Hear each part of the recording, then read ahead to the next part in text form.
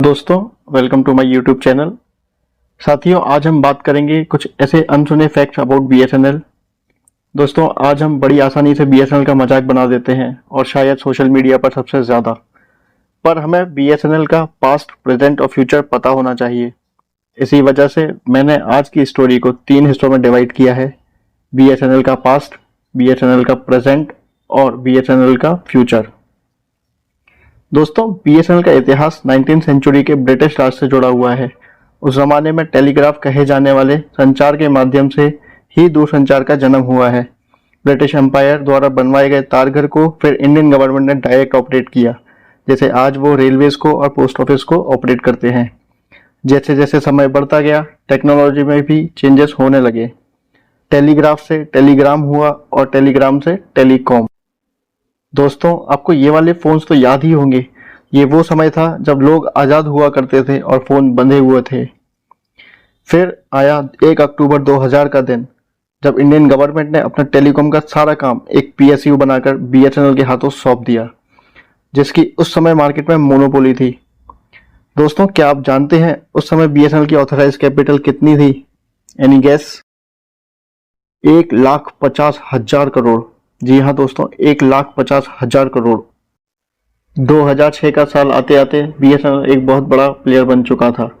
इसी बीच 2006 में बीएसएनएल और श्रीलंका के बीच समुद्र के रास्ते केबल बिछाने का कॉन्ट्रैक्ट भी हुआ। बीएसएनएल ने समय समय पर दूसरे पीएसयूज को रिवाइव करने की भी कोशिश की। उस समय की लॉस मेकिंग कंपनी एचएमटी को सहारा देने के लिए बीएसएनएल ने अपने सारे एम्प्लॉइज को एचएमटी से वॉचेस खरीद कर गिफ्ट की।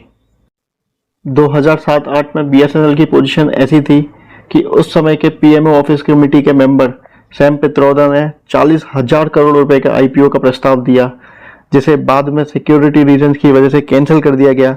दोस्तों, अगर वो 40,000 करोड़ का आईपीओ बीएसएनएल का आ जाता तो आज बीएसएनएल भी बहुत अच्छा कर रहा होता बाकी कंपनीज की तरह। तो अब आप सोच रहे होंगे कि जब सब कुछ इतना अच्छा था, जब बीएसएनएल इतना अच्छा कर रहा था, तो उसकी हालत ऐसी कैसे हो गई, इतनी खराब कैसे हो गई? इसे बताने के लिए ही मैंने दूसरा पॉइंट लिया है, डाउनफॉल एंड रिवाइवल। 2009 से 2020 का जो पीरियड है दोस्तों, ये वो पीरियड था जिसमें बीएसएनएल ने अपना सबसे बुरा फेज देखा। प्रॉफिट में रहने वाली कंपनी अचानक से लॉस इनकर करने लगी। पर क्यों? डाउनफॉल की स्टार्टिंग तो उस समय के टेलीकॉम मिनिस्टर ए राजा ने 2G स्पेक्ट्रम के घोटाले के साथ ही कर दी थी, जहां बीएसएनएल को फाइनेंशियली तो 1760 बिलियन रुपीस का लॉस हुआ, लेकिन साथ ही साथ उसकी रेपुटेशन पे ऐसा डेंट लगा जो आज तक कभी रिकवर नहीं हुआ। डाउनफॉल का सेकंड रीजन जो रहा वो है प्राइवेट ऑपरेटर्स की एंट्री। बीएसएनएल जो कि लैंडलाइन का बादशाह था, वो मोबाइल के फील्ड में प्राइवेट ऑपरेटर से पिछड़ता चला गया। बीएसएनएल फिर भी 2G के समय तक बीएसएनएल का मार्केट शेयर में बहुत अच्छा एक होल्ड था, एक कंट्रोल था। डाउनफॉल का एक और बड़ा कारण था 3G। दोस्तों, जहां 3G स्पेक्ट्रम में प्राइवेट ऑपरेटर्स केवल प्रॉफिट वाली लोकेशंस के लिए ही बिडिंग कर रहे थे, वहीं बीएसएनएल को पूरे भारत के लिए बिडिंग करनी थी। भारत सरकार की एक मंशा थी कि बीएसएनएल पूरे भारत में 3G सर्विसेज दे। जहां प्राइवेट ऑपरेटर सर्विस नहीं देते, वहां भी बीएसएनएल को सर्विस देनी है, फिर भले ही वहां से रेवेन्यू हो या ना हो, जैसे Chhattisgarh, north east, rural India, Leh और लद्दाख। एक तरफ सरकार के इस फैसले से जहां बीएसएनएल का खजाना खाली हो रहा था, वहीं दूसरी तरफ उसका मेन बिजनेस लैंडलाइन का भी कम होता ही जा रहा था। अब बीएसएनएल लगातार लॉस में रहने लग गया था। उसके बाद आया वर्ष 2016। टेलीकॉम इंडस्ट्री में कुछ ऐसा होने जा रहा था जिसकी किसी ने भी कल्पना नहीं की थी। जियो की एंट्री। जियो ने टेलीकॉम इंडस्ट्री में अपनी धाक जमाने के लिए मोबाइल सर्विसेज फ्री करके टेलीकॉम इंडस्ट्री की कमर तोड़ दी। एयरटेल, यूनिनॉर, डोकोमो जैसी कंपनी जहां अपना बिजनेस बंद कर भारत से चली गई, वहीं वोडाफोन जैसी बड़ी कंपनी को भी आइडिया में विलय करना पड़ा। बीएसएनएल, जिसका लैंडलाइन बिजनेस अब बंद होने की कगार पर था, इस झटके को झेल तो गया, पर कैसे? वेंटिलेटर पर। अब बीएसएनएल को ऑक्सीजन की जरूरत थी। बीएसएनएल को ऑक्सीजन की पहली डोज मिली 2019 में, जब प्रधानमंत्री श्री नरेंद्र मोदी जी के नेतृत्व में बीएसएनएल को फर्स्ट रिवाइवल पैकेज मिला, जिसमें उसे 69,000 करोड़ रुपए भारत सरकार की तरफ से मिले, जिसमें BSNL के आधे से ज्यादा एम्प्लॉइज जो 50 साल प्लस कर चुके थे ने VRS लिया, जो कि एक बहुत अट्रैक्टिव पैकेज पे था। इसके बाद सेकंड रिवाइवल पैकेज 2022 में और थर्ड रिवाइवल पैकेज 2023 में 4G और 5G सर्विसेज के लिए दिया गया।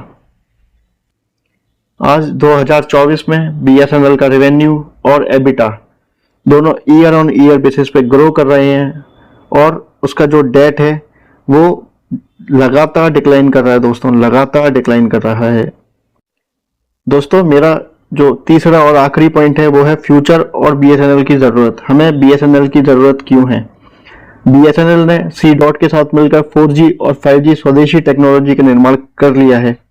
मोदी गवर्नमेंट का विजन साफ है कि अब इंडिया लाखों करोड़ों रुपए इंपोर्ट में खर्च नहीं करेगी, बल्कि दूसरे देशों में जहां 4G नहीं है, जहां 5G नहीं है, वहां एक्सपोर्ट करेगी, जिससे भारत सरकार का रेवेन्यू बढ़ेगा। दोस्तों एक रिपोर्ट के मुताबिक पिछले साल जब चंद्रयान 3 लॉन्च हो रहा था, उस समय कोई भी प्राइवेट प्लेयर आगे बढ़कर इसरो की हेल्प करने नहीं आया था, बल्कि ये काम BSNL को ही दिया गया था। इस तरह से आगे जो भी प्रोजेक्ट आएंगे, जो किसी भी तरीके के प्रोजेक्ट के लिए BSNL को रहना ही होगा। दोस्तों आपको याद होगा एक समय ऐसा भी था जब प्राइवेट ऑपरेटर्स इनकमिंग चार्जेस पर भी पैसे लेते थे। जो फोन करता था उसके पैसे तो लगते ही थे, लेकिन जो फोन उठाता था उसके भी पैसे लगते थे, साथ के साथ रोमिंग चार्जेस भी लगते थे। आप लोगों को याद होगा ये दोनों चार्जेस BSNL ने ही खत्म कराए थे। अगर BSNL ना होता तो आज हमें फोन करने के भी पैसे देने होते और फोन उठाने के भी पैसे देने होते। आज BSNL ना सिर्फ अर्बन में बल्कि रूरल में भी टावर सेटअप कर रहा है, ताकि कम दाम पर देशवासियों को मोबाइल ब्रॉडबैंड प्रोवाइड करा सके। दोस्तों एक और बात मैं आपको बताता चलूं, BSNL जो है वो गांव-गांव जाकर ग्राम पंचायतों को जोड़ रहा है ताकि उनमें भी डिजिटलाइजेशन कर सके। साथियों आज अगर आप BSNL के साथ खड़े हो तो BSNL स्ट्रांग बनकर वापसी करेगा और प्राइवेट ऑपरेटर्स की मनमानी को खत्म करेगा। BSNL connecting India. दोस्तों आपको ये वीडियो कैसा लगा हमें कमेंट करके जरूर बताइए और अपने रिव्यूज दीजिए। धन्यवाद। लाइक कीजिए, शेयर कीजिए और सब्सक्राइब कीजिए।